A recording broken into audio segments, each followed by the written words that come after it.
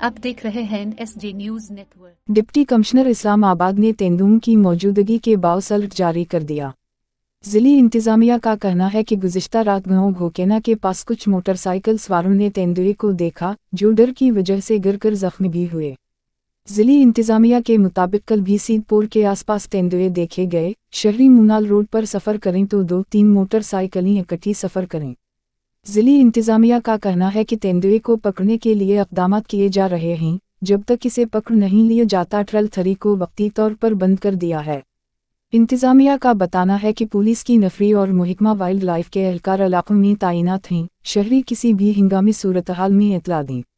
वाज़ह रहे कि गुज़िश्ता रोज़ wild life हुकाम ने गांव सीदपुर में तेंदुओं के आने की तस्दीक करते हुए कहा था कि घरों की छतों पर तेंदुओं के पाँव के निशानात मौजूद हैं। अब तक के लिए इतना ही। मज़ीद मालूमात के लिए SG न्यूज नेटवर्क को सब्सक्राइब कीजिए।